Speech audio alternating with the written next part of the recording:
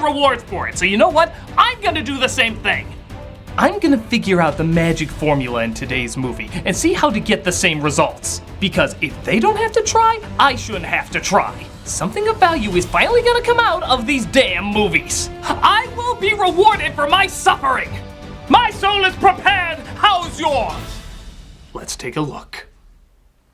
Okay, so it opens up with the Chipmunks at a concert called Save the Music. Trust me, if you want to save the music, the Chipmunks are not the band you want playing there. Even dogs seem to hate them. We then see their caretaker, Dave, played again by Jason Lee, reprising his role as a pair of shredded vocal cords with a human being attached. You gotta share the spotlight. Dave! It's not all about you. Yeah, where would Alvin ever get that idea in a band called Alvin and the Chipmunks? You know, for the longest time, I didn't even know they were called Simon and Theodore. I thought they were called Antha and Chipmunks. But please, continue to keep him modest. I can't hear you over the thousands of fans screaming my name. This does make me realize, though, bringing back characters from a previous installment often equals success. Well, that's what I'm gonna do. I'm going to bring back characters from a previous review. Bring in the all-girls! Aww! Come on in, ladies. If your awkward remembrance can help my fortune, all the better. You got it, critic. Setting adorable letters to irritating. Let's do this. So Dave is taken down by a clumsy cardboard cutout. Sounds like a metaphor for Lee's career to me. And he's left out of most of the movie. Okay, off you go. Wait, that's it? Yeah, apparently it's better to remind people you exist and then totally terminate you from the project. But we barely did anything. And that's what's gonna make us tons of money. Now off you go, off you go. Out, out, out. Get out, out, out. To the couch of underused cameos. Hey, weren't you in the Spy Kids 3D review? Doesn't count. I hear that. Dave tells them that they're gonna stay with their Aunt Jackie. It's just me and my ganja. No, not that one, though. Would explain why she's seeing chipmunks. No, this character is similar to Miss Miller from the cartoon, though it's not Miss Miller from the cartoon because that means someone who made this movie would have had to actually watch the cartoon. Let's have a hug first. Get over here, you old teddy bear. I'm not really much of a hugger. It's okay, that wasn't really much of a joke.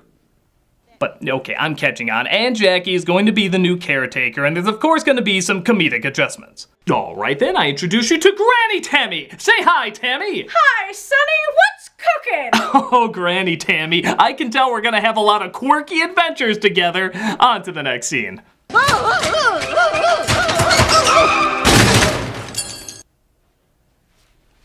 Okay. This is what the people want to see, apparently. Man, in literally 5 minutes, 2 of the caretakers who should have been major roles have been taken out. Oh, this way everyone will be dead at the 25-minute mark. 2 dead, 25 to go.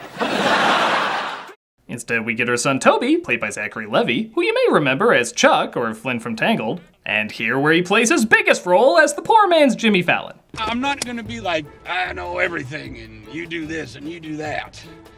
Like my dad. Okay, now I think I'm catching on. Bring in the dog girls! Wait a minute. Those are like the exact same characters. What? No, they're not. Yes, they are. They look like us, sound like us. They even have the exact same characteristics. Yeah, you can't even tell us apart. No, it's totally different. See, they have shirts of countries with no names on them. You know those obscure shirts you saw all over the place. Look, mine's US. Mine's Canada. And mine's so obscure it doesn't even have a country. It's an ironic statement. Of what? That we like irony? I'm so glad you see the brand new comedic possibilities of this. Now, you three, into the studio. Wait, what? Yeah, you're still barely in this. But we have to go like barely. Into the studio!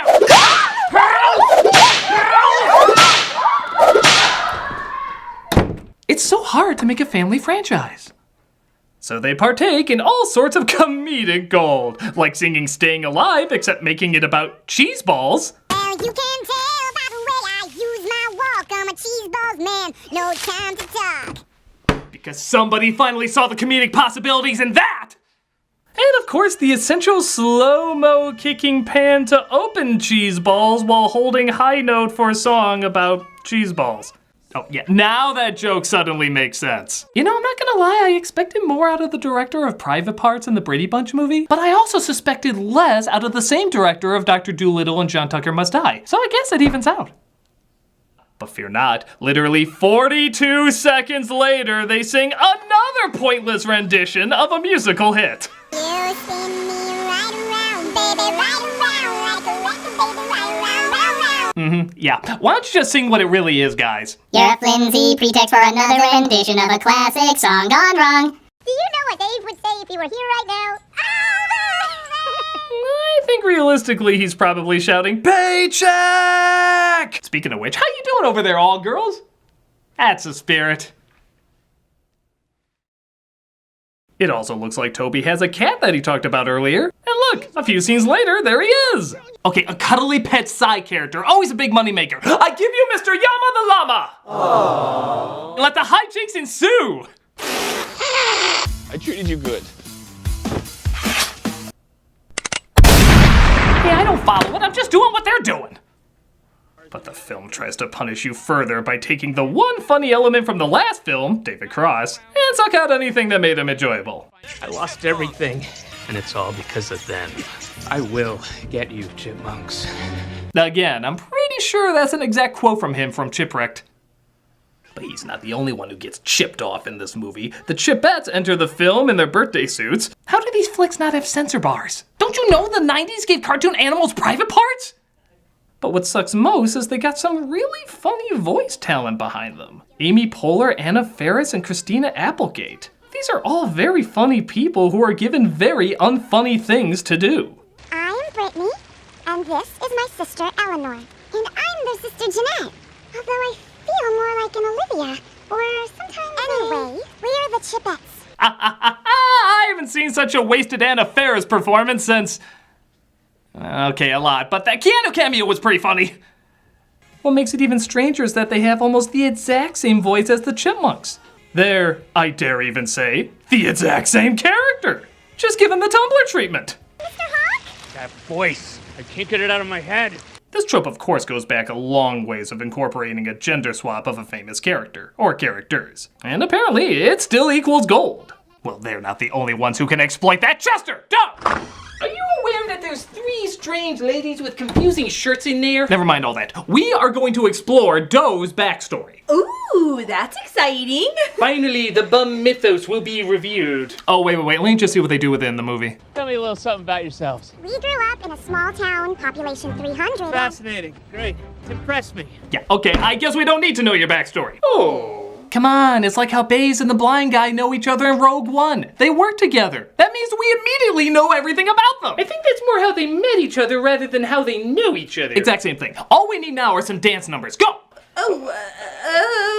Yeah, on second thought, the movie seems tired with that too. Now it's about Alvin, the Chipmunks trying to blend into high school. So, go to school, I guess, while performing some musical sequences. I guess going to dance school could kill 2 birds with 1 stone. But be prepared to change your motivations on a whim. That's what makes the big bucks. Isn't that more how it makes the little rodents? That's good. Keep making bad jokes like that. That apparently makes a lot of money too. Okay, we got a lot more of those. Come on. So, just as Cross is amazed that 2 trios of talking chipmunks came to him to start a music career and both of them seem to look and act identical to each other. I mean, like, stars fucking align! That's pretty amazing! It's abandoned to see how Alvin and the gang are getting along in high school. Look what I can do. You are the adorable. Oh, that's right, I forgot this movie comes with a note. Every time certain lines from this film are uttered, an award-winning playwright shoots himself. You might want to see how Lin-Manuel Miranda is doing. But one of the jocks is jealous of their popularity. Girls, please. Private conference. We will, of course, obey because, I don't know, chicks? They, of course, don't get along, forcing the Chipmunks to fight back. Little fatty. He tickles when I poke him. Okay. Apart from driving this movie's kill count to rival that of 2016, take a look at how they animate his face. Tickles when I poke him. Good God! It looks like the poster to their next film, Chipseast! This gets him a trip to the principal's office. I should suspend all 3 of you. Please do.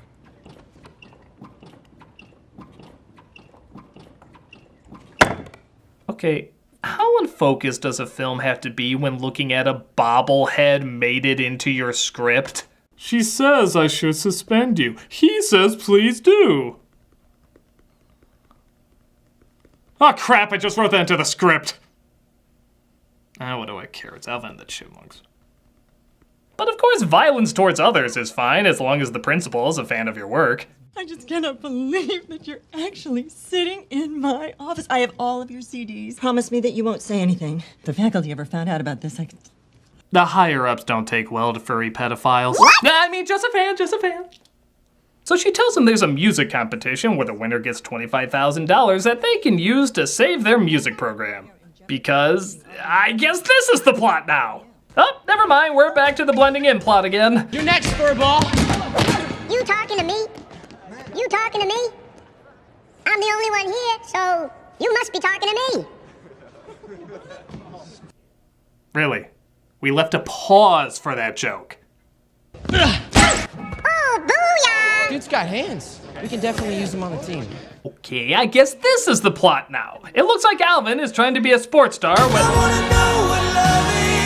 Okay, I guess we're back to this plot again. So the Chipettes are gonna compete against the Chipmunks. I dreamt we didn't have a family anymore. Oh wait, Theodore feels like the family falling apart. I guess this is the plot now. Oh look, Toby recognizes their teacher from when they were in high school and is in love. Really? We're throwing this in too. Okay, I will play your goddamn game. Malcolm. Yo. The doll girls are suddenly in love with you. Why are they in love with me? You met in school. Oh, now I know everything. All girls. What? You have to score the winning touchdown at a football game. Which one? Anyone. Chester, go. Fushinizu, I need you to hate each other while also preparing for a dance competition. What? True, it's going against what you originally were, but that doesn't matter when money's involved. Go! Baby, you are so pretty and smart! And you are the handsomest man in the world! Why did that insult him? I usually say in the universe. Malcolm, you need to be angry now. Get revenge on somebody. Who? I don't care, anybody! Neil Patrick Harris. Hey, we love Neil Patrick Harris!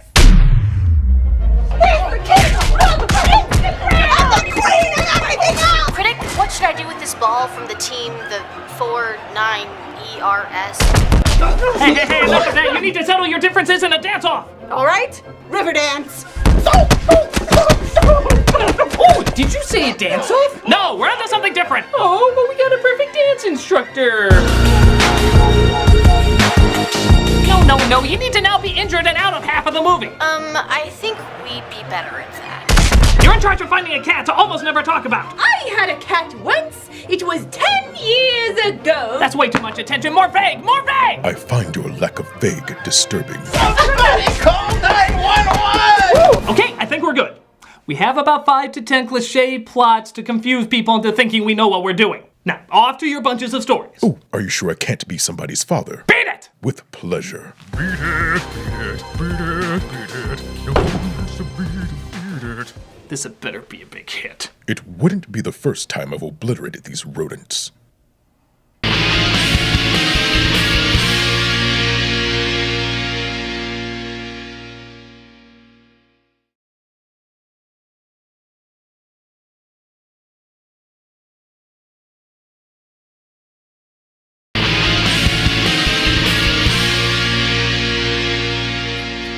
So the Chipettes are teamed against the Chipmunks in a school competition. You have the only other singing chipmunks in the world, ass-face, and you're putting them in a school competition? What the fuck? And the school agrees there'll be a big competition to see which one they send to the, competition. This creates friction with Alvin, who doesn't want to perform, but instead wants to play football. This looks like a job for a Dutch oven joke. Dutch oven! Not the Dutch oven! Oh, anything but the Dutch oven! Must find fresh air before it's too late! It's sad in a Chipmunks movie when I had to make the very real argument, at least they didn't eat shit. Oh, Toby? This is my contractually obligated cameo! All good here. Come home soon. Bye. But that doesn't seem to help things as Alvin gets way too into his game. I'm gonna crack you like an acorn and eat you for dinner with some fava beans and a nice Chianti. You're right, movie. More kids do need to see Silence of the Lambs. He wins on Air Bud logic, but sadly that means he misses the competition. And now, let's hear it for a group that will rock you like a hurricane. She's gonna make the front page of the news someday, and not in a good way. The Chipmunks! But they admit Alvin's not there, and they can't go on without him, resulting in the Chipettes winning. I realize how devastated you Chipmunk fans must be. I'll have to carve Alvin Y in the back of my skull until it makes it right. This causes Theodore to run away to the zoo, but gets cornered by a bird. Hey, birdie, over here! Oh, careful. He might look down at you if you were actually there. Oh, not literally! Oh, the suspense. Will he step forward as the trainer offers him a treat? Guys, that was huge. Well, if by huge, I mean not huge. Interested? Call Ian Hawk. But a talent agency was watching a random school video, as agencies do, and decided to give the Chipettes a chance of a lifetime. Guess who's opening up for Britney Spears at the Staples Center tonight? She's at a crazy enough point where singing Chipmunks can open for her. When is the school contest? Never about that stupid school contest. A contest so stupid I knew an agency would be watching it! He wants to split the girls up though, and when they refuse, he takes matters into his own hands. Okay, who likes barbecue? Barbecue. Because I know this awesome little barbecue restaurant in the valley that makes the best roasted chipmunk. Korean place? I don't know what's funnier, the fact that Roasted Chipmunk would be the happy ending, or the fact that this is still a better girl rock and roll story than Gem. If someone was barbecued in that though, it would be a better movie. The school competition goes on though with their opening act that honestly should win. I know Talking Chipmunks are amazing, but when you look past that, these guys really are better. But Alvin and the gang find out about the Chipettes and try to save them. Except in the first film, when the Chipmunks were in a cage and they skipped the lame, pointless climax, this time we get the lame, pointless climax. Oh, yep, fucking pee. In the words of McDonald's, you're fired! Yes, those will be the most memorable words that we ever take away from the Donald. I suppose when you think about it, how is he tweeting about me already? I'm not even done with the joke. They say they can make it back to the school competition in time with their good friend, Digger. I'm gonna get a little help from my friend, Digger! Roger that, Alvin! Look out! Whoa! Feels like I'm back at the racetrack. Don't make me do it. Please, God, don't make me do it. Who's Digger? Digger is a character from NASCAR when shown on the Fox network. How dare you make me look up NASCAR, you monsters! Cross chases him down with a toy helicopter, because a toy NASCAR would have been too obvious, as they tried to get the remote out of his hands. I'm going for it! Grab my ankle! I got it! I got it! Way to go, Jen! Nice work, Jeanette! Good going, Jen! Because of course! This was Jeanette's story the whole time! How friggin' obvious! Here, I thought maybe, just maybe, it was about the concert, the football game, going to school, parenting, working together, egos, Toby's girlfriend, jealousy, fitting in, family values, or trusting your heart. But no! It was about Jeanette conquering her fear of heights, which has never been brought up in the entire movie until right now.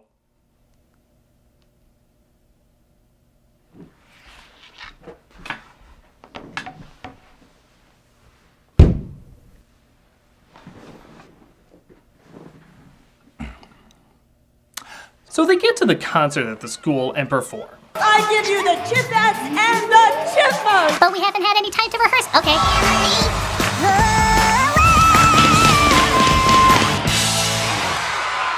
It's clear that we have a winner Yeah, the judges haven't voted yet. of the $25,000, A lot of money to give away just on the fly. and it's West Eastman High! You know, the first act was technically a lot better. Yeah, okay, the Chipmunks win.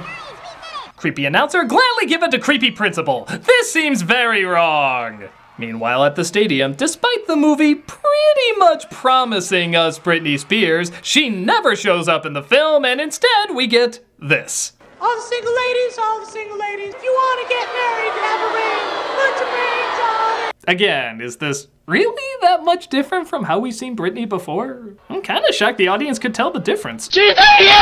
Okay, 2007. So that was the Suckwool. It's all over the place, not funny, boring, unimaginative, and has no focus. It's stupid, it's dumb pit.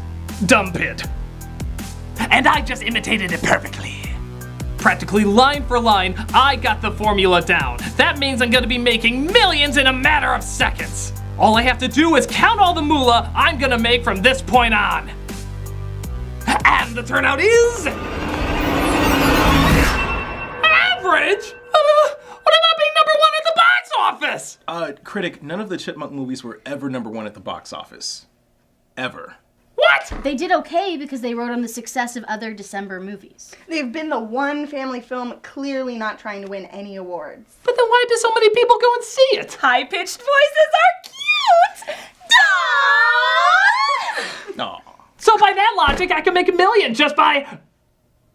Quid pro quo, I tell you things, you tell me things. Yes or no, Clarice? Go ahead. You know, the movie was right. More kids do need to see this film. And now they will because you put it in the kids section on Netflix. The significance of the moth is changed. Caterpillar into chrysalis or pupa. That'll be one of millions of angry parents. Your money's already mine, I don't care. I'm the nostalgia critic. I don't get it, I just exploit it. No, it's like Hannibal ate Fred. I smell a squeakquel. You use Evian skin cream, but not today.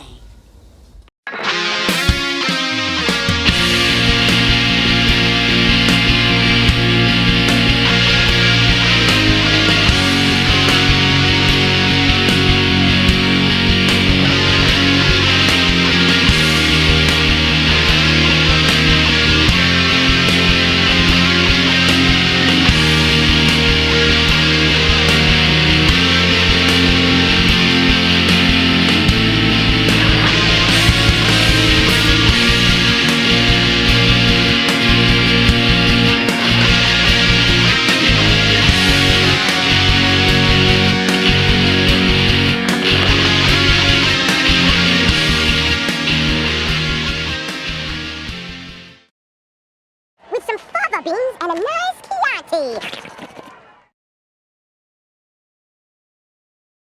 Hey, Doug Walker doing the charity shout-out, and this week we are doing the American Red Cross. American Red Cross prevents human suffering in the face of emergencies by mobilizing the power of volunteers and the generosity of donors. Through its strong network, they're always there in times of need. Aspiring to turn compassion into action, they work so that all people affected by disaster around the world receive care, shelter, and hope. They make sure their communities are ready and prepared for disasters so everyone in that country has access to safe, life-saving blood and blood products. They also make